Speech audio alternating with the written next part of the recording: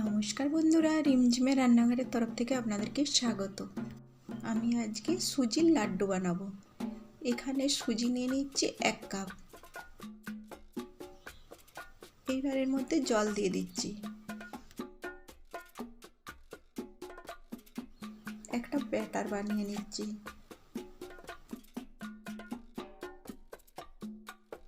ব্যাটারটা খুব পাতলাও হবে না, খুব ঘন হবে না। এবার ঢাকা দিয়ে 10 মিনিট রেখে দিচ্ছি। মিনিট 10 পরে একটা ফ্রাই প্যানে 2 টেবিল চামচ ঘি দিয়ে দিচ্ছি। ঘিটা গরম হয়ে গেছে। এবার চামচে করে নিয়ে পাতলা পাতলা করে বড়ার মতন দিয়ে দিচ্ছি। যেমন হোক খুশি দিলেই হবে, লম্বা বাঁকা টেরা যা হোক হলেই হচ্ছে, শুধু আমার ভাজা নিয়ে কাজ। এবার উপর দিকটা যখন ড্রাই হয়ে যাবে তখন উল্টে দিচ্ছি।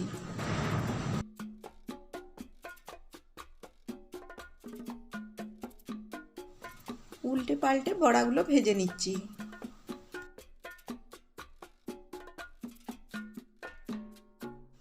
ভাজা হয়ে গেছে, তুলে নিচ্ছি।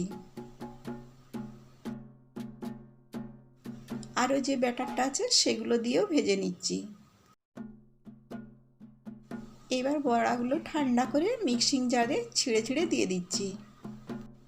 এইগুলো সব গুঁড়ো করে নিচ্ছি। গুঁড়ো করা হয়ে গেছে। খুব বেশি গুঁড়ো করার দরকার নেই, একটু দানা দানা থাকলেই হবে। এবার ঢেলে নিচ্ছি।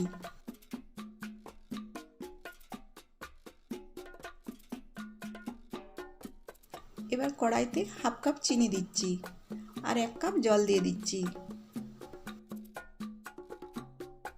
অল্প একটু রেড ফুড কালার দিয়ে দিচ্ছি। মিডিয়াম আছে মিনিট 5 ফুটিয়ে নিয়েছি। এবার সুজির যে গুঁড়োটা আছে সেই গুঁড়োগুলো দিয়ে দিচ্ছি। ভালো করে নেড়ে চেড়ে ফুটতে দিচ্ছি।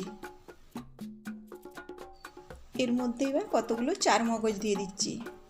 ভালোভাবে নেড়ে চেড়ে হতে দিচ্ছি। এবার 1 চামচ ঘি দিয়ে দিচ্ছি।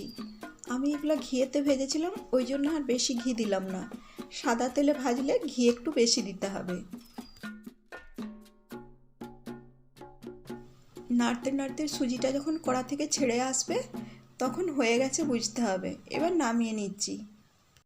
নামিয়ে নিয়েছি। এবার ঠান্ডা করে নিচ্ছি।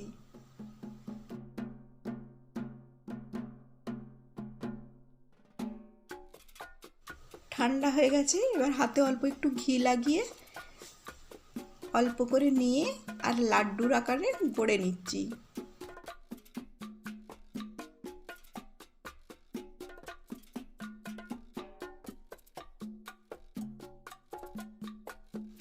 একটা হয়ে গেছে।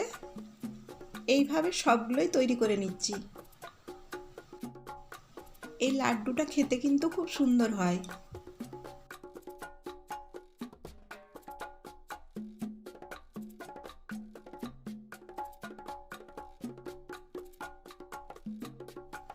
ওপরে এবার একটা করে চারমগজ দিয়ে সাজিয়ে নিয়েছি।